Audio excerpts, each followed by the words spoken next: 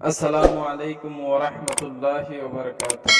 আমার প্রিয় শ্রোতা মণ্ডলী, প্রথম পূর্বতে আমরা জেনেছিলাম যে সকাল হলে কোন দোয়া পড়তে হয়, আর এখন আমরা দ্বিতীয় পূর্ব নিয়ে হাজির হলাম। আজকে জানবো যখন সূর্য উঠে তখন কোন দোয়া পড়তে হবে। দোয়াটি শুরু করলাম। দোয়াটি হলো বিসমিল্লাহির রহমানির রহিম। আলহামদুলিল্লাহিল্লাযী আকালানা ইয়াউমা হাযা ওয়া লাম ইহলিকুনা বিযুনুবিনা।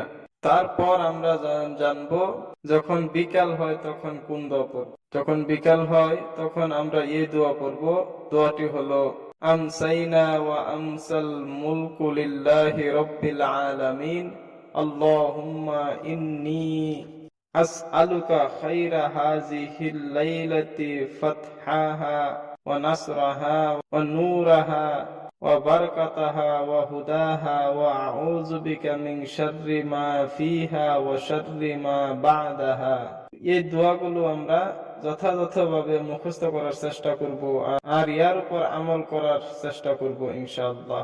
আল্লাহ আমাদের সবাইকে বেশি বেশি করিয়া আমল করার তৌফিক দান করুন।